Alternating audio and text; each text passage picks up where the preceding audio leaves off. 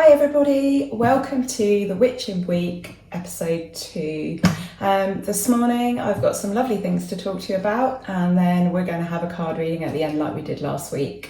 So I'm just starting off the day with a cup of tea again. I think this might become a thing. As I mentioned last week, I'm not a tea drinker, and when I do have a hot drink, I like to stir some intentions into my cup. This is a great way to just start the day with a little bit of magic. So what I do is I just stir clockwise. I'm stirring those good things and those blessings into my day. I'm going to breathe in the aroma.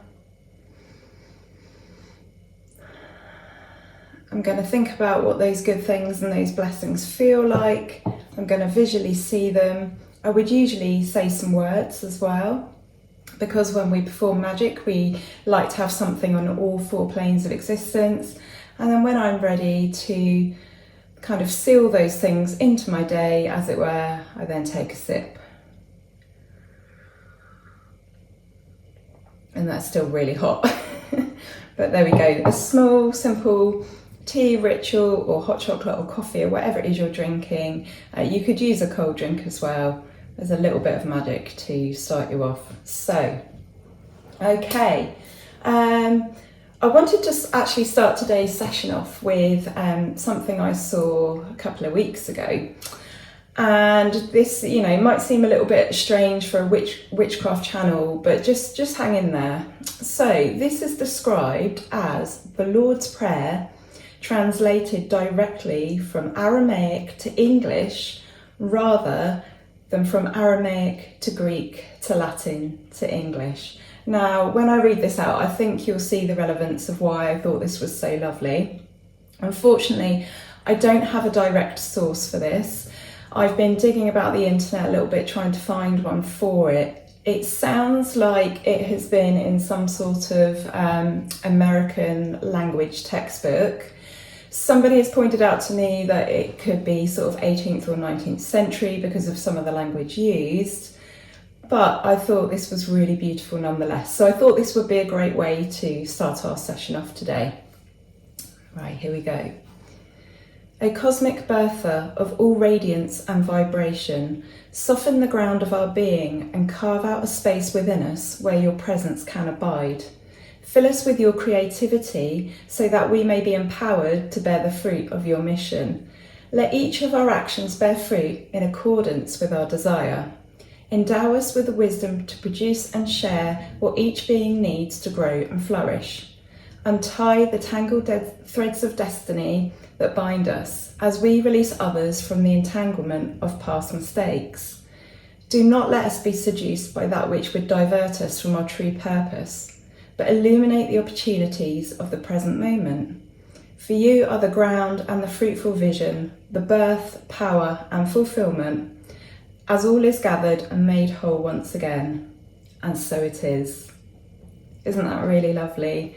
And extremely pagan as well. So I thought that was a really nice way to start off our session today. So what is there to talk about this week? Well, the weather. Last week I'd been talking about the previous week and how hot it was, and I'm losing track of time, but this week we've had Lammas or Lughnasadh, whatever you choose to call it, and I would say there's a definite shift in season. I don't know if you can feel it as well, and it's the same at Imbolc, and obviously our witch brothers and sisters in the southern hemisphere, they are currently celebrating Imbolc. But at these 2 points in the wheel of the year, in the calendar, the shift in seasons is really palpable. When we look at Imbolc in the northern hemisphere, certainly in the UK, that's when we have the shift to blue skies. So 2nd of February is when things are much lighter, much brighter, and the skies are blue. January is usually quite dull, quite grey, and then we get to Imbolc and it's like suddenly we are, most definitely approaching spring. And it's the same, I feel, at Lughnasadh. So there's been a definite shift. The evenings are drawing in, the mornings are a bit darker, And there's just this like different feel in the air. And whenever we approach the autumn, and in the autumn, I always have this really strange feeling that just cannot be put into words. As far as I know, there's no actual name for it, but there's always this heavy feeling of waiting and expectation. And it's really magical as well. There's sort of a tingly feeling in the air. Let me know in the comments if you feel this as well. I don't know if this harks back to being young and being in the summer holidays and that feeling of, you know, school is coming up in September, and that's all sort of been tied into that autumnal feeling in my head. I'd love to know if you experience this as well. But yeah, there's a definite shift at the moment. It's feeling quite autumnal out there at times, a little bit damp, a little bit cooler, the breeze is cool. Whilst we can have some really, really scorching days in August, there's a definite palpable change. And when I start to feel this, it feels very bittersweet. Obviously at Litha, at the summer solstice, we are celebrating the peak of, you know, the length of our days, the sun. And it's always very bittersweet because we know that the days are going to start to draw in and we're now on that long, slow march towards winter. But this feeling that I get at autumn really, really underlines that, you know, it's happening. It's happening. So thinking about the land and what the land's doing at the moment, well, a lot of the grass is very, very dry because of the heat that we've had recently. I've noticed that some of the flowers are dying back. I've been collecting poppy seeds this week. We've got a few poppies on the cemetery, and as those plants dry out, I'm collecting the seeds, and, you know, we'll use those and spread those. And of course, you know, this brings us back to the themes and the topic and the feeling of Lughnasadh. It's not just about sharing and, you know, feasting and abundance and our first harvest and what we've gathered in from what we've sown, but there's very much that look ahead to the next year. What seeds do we want to plant? What do we want to grow? What do we want to nurture? What did we not do so well in the last year or the last 5 years, or however, you know, long you want to sort of put a time on it? And this is one of the things I love about being pagan and about being a witch. I personally celebrate the Wheel of the Year. The Sabbats, the seasonal descriptions of them and what they represent make a lot of sense for where I live, and so I do follow them. And one of the things I truly, truly love about being a witch and a pagan is that although we have this continuous cycle of looking back and reflecting, there's always very much an emphasis on, you know, the Wheel of the Year starts again now. So it's a fresh start, you know, every 6 to 8 weeks when we have a festival, not only is there an opportunity for reflection, but there's an opportunity for a fresh start. And I think that from a mental health point of view, I think that's really helpful. You know, we're not necessarily our past mistakes. We're humans, and we've always got that opportunity to start again. And really that starts from any day, doesn't it? You know, but I feel that with the celebrations of the seasons and the nature of how we celebrate them and how we mark them and how we honour them, you know, it gives us that opportunity for growth and to evolve. So yeah, I'm feeling in a very, very reflective mood this week. I've noticed a lot of people online talking about Samhain and getting very, very excited. I will just say that we've still got another festival to come yet. We have the autumn equinox. So whilst it's it's nice to look forward to the autumn and know that Samhain's coming, we still have another festival to go yet. And I often think that actually the autumn equinox gets overlooked because of Samhain, and, you know, everyone starts getting excited at the end of summer for that.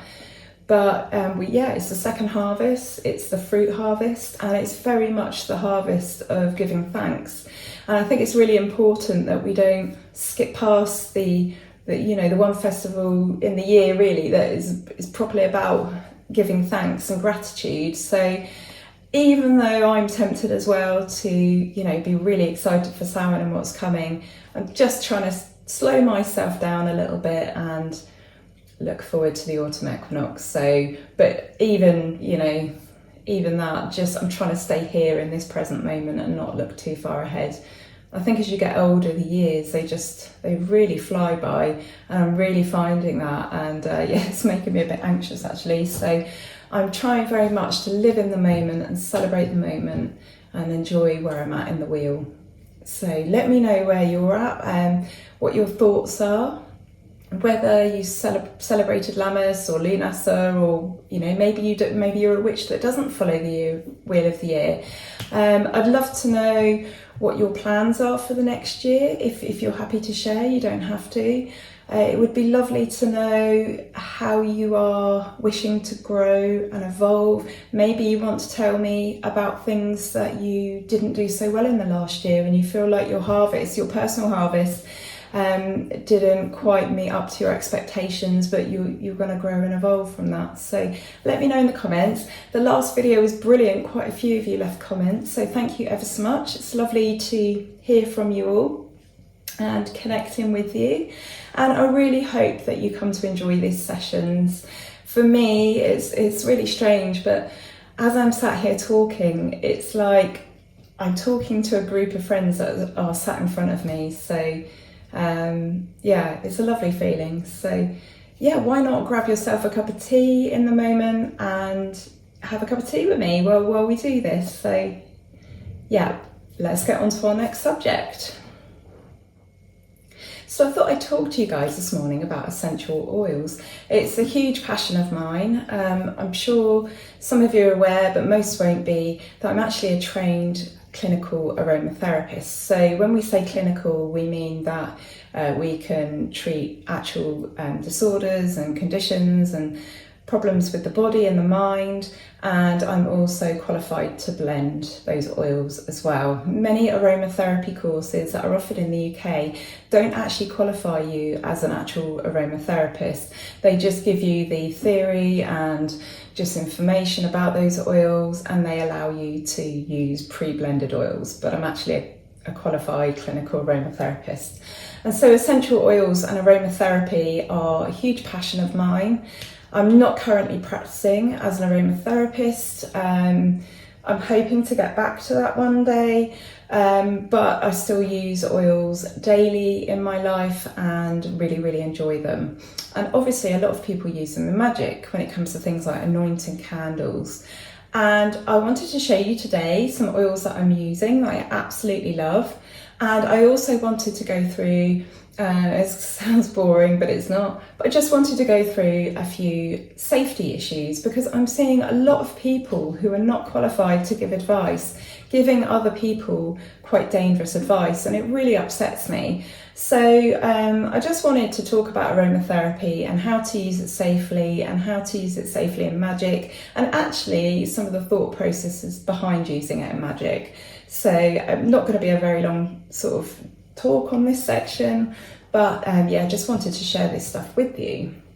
So one of the oils I have been using this week is it's called Tantra, and it is an oil by Starchild. So I think most witches in the UK are probably aware of Starchild.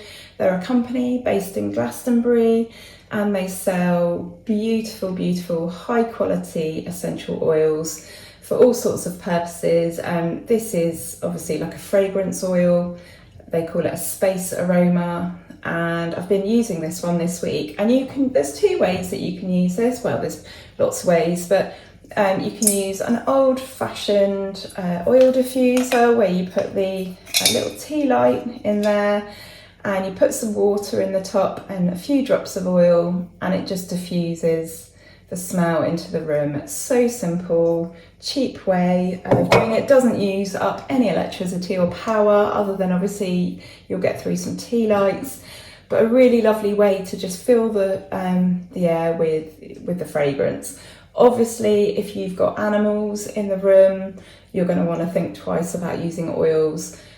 There are some oils that are safe. I don't have a list to hand, but to be honest, I would, if I had a cat or a dog, I I haven't got a cat at the moment, but I would love one and we will get one. But I wouldn't use any just to be on the safe side. So another way that you can diffuse oils is using a gadget, which is a bit like this. You take the lid off, you fill it up with water to, there's a line there, and then you put a few drops in here, the lid goes on, it's plugged into the wall, into a socket, the little cable goes in there, and usually there are options. This one, you can either have it changing through the colours, or you can set a particular colour that you like and it will glow. And there's probably like 20 colours and shades of colours on here, so that is really nice. And like a cool sort of steam mist comes out the top and disperses the fragrance that way. So that's a really lovely way to use your oils. Another oil that I really love is Tech and Tonka. Now, I bought some clothes from a secondhand clothes thread somewhere online, and when the lady sent me my dress, she sent me some Tech and Tonka incense sticks, and this stuff is my absolute favourite fragrance of all time. I think it's like an African flavour. I think it's like tonka bean and vanilla, and I don't know, but it's absolutely gorgeous. So those are the oils I'm using. And diffusing oils is one of the safest ways to use aromatherapy. When you start putting them on your skin, you are moving into entirely different territory. And of course, bearing in mind we're witches and we quite often do candle magic, and part of that magic is sometimes anointing candles with oils.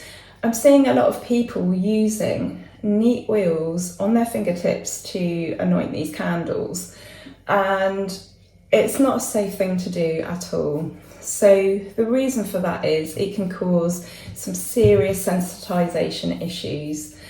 Now, that they might be immediate, that might be like a burn, or this could be a sensitization issue that builds up over time and then one day just gives you issues to the point where you cannot use other products. Some oils are phototoxic, which means if you go out into the sun, you can create photosensitivity. There are all sorts of issues. As witches, we believe in the power of plants. We love plants, and I feel like there needs to be a little bit more respect with them. I feel like as a community, sometimes we disregard things because we choose to, because we want to. And don't get me wrong, essential oils are absolutely fabulous. That's why I train to use them. But there is no mistaking the power of plants. And so we need to be really careful. And I'm getting really tired of people, advising other people, like for example, when it was hot, to use neat peppermint oil on their wrist to cool themselves down. And I've seen this recommended almost as like, oh yeah, well, some people get burnt, it's what works for one person and not everybody's the same. And there's no sort of sensitivity testing that you just put them on yourself and then if you burn, you burn, if you don't, you don't. You can cause yourself some serious issues. They're volatile substances, so it actually helps to dilute them because that will keep them on your skin longer. So if you are going to be using them on your skin, you are anointing candles with them, I would go for a 2% dilution. Now there are two exceptions, lavender oil and tea tree oil. Tea tree oil especially is well known for being placed directly on the skin. You may still have sensitization issues. They may still cause you an issue, but on the whole, those are the only two that I would consider perhaps using neat. But my advice would be always dilute the oils. And I would really hope that you're not using essential oils on kids unless you really know what you're doing. But if you are, then we're looking at 0.5%. So you need to work out what that is. But yeah, so, and then when we relate this to magic, the thing is, when we are using a plant oil in a spell or in a ritual, we are using the magical properties of that plant, and it is a representation. So we don't have to use neat oil. as long as we've included that, if we are choosing to include that in our magic, you know, so for example, if you're using rosemary oil for remembrance, then you only need a fraction of that anyway, because you are including it in that working. So it doesn't need to be neat, it doesn't need to be strong. So please, please, please, just dilute your essential oils. It will make them last longer, it will make them more effective, and it's just, you know, much safer for you. And if everybody could just do that, I would be one very happy lady. Okay, so what else? I think that's it for today. I think we should pull some cards now and see what comes out. I feel like I'm not talking as smoothly as I did in my first video. I feel like this is a lot of hard work for me cognitively today, and I think we will have videos where I'm like that. I'm either talking too fast, or I can't find my words, or I'm filling in with a lot of like ums and so's and stuff like that. But I really think this is going to be really good for giving my brain a bit of a stretch, and hopefully I'm going to get better at this over time. So let's pull some cards for this week, which will be, let me check my calendar, sorry, I should have had this prepared before. So this is for the 5th of August through to the 12th. Let's see what advice we get from the tarot for this coming week.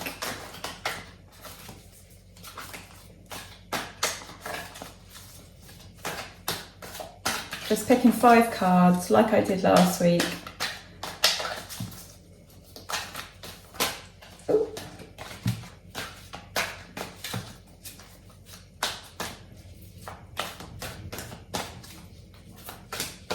I'm just gonna scatter them out like that. I think last week we pulled them out, didn't we, when they jumped out, but this, or no, maybe I cut them and took one out, but anyway, I'm doing it differently this week.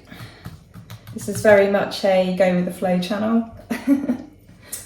Okay, so some interesting cards today. We have the Page of Swords, the Wheel of Fortune, 3 of Cups,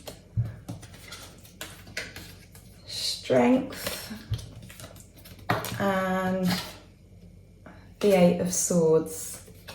Is that, yeah, it is the 8. My eyes are getting really bad. I think I need an eye test. So, what is this message for us today, for this week? So, I would say that life is a bit of a roller coaster. It goes up, it goes down, there are highs, there are lows, there are good times, there are bad times. And I think all we can do is remember that we've got the strength to get through just about anything.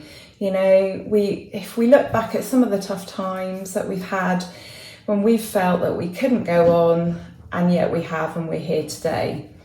So I think it's about taking the rough with the smooth, really, to be honest, and just looking for those opportunities. I mean, there are times when we just can't see the wood for the trees, but we need to remember to take a step back and remember that there's always a route, there's always a path, and sometimes it just needs us to think outside the box. And I think that, you know, certainly for this week coming up, we're full of opportunities, full of enthusiasm and things that we want to do. And so this is a reminder to, you know, that you can do them. But there will be challenges as there are in life.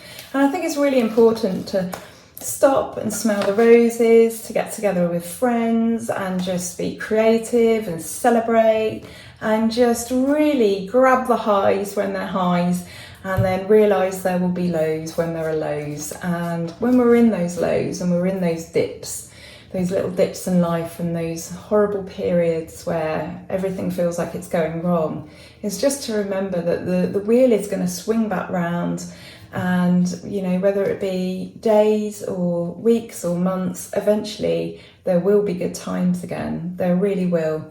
and you guys have got the strength to get through whatever life throws at you. So to be honest, the good times are not the good times without the bad times. So that is the message for this week. There may be some ups and downs. That's all part of life, and just go with it. Enjoy the good bits, and just work on through the bad bits, and you'll be all right. Okay, thanks for joining me today, and I shall see you next week.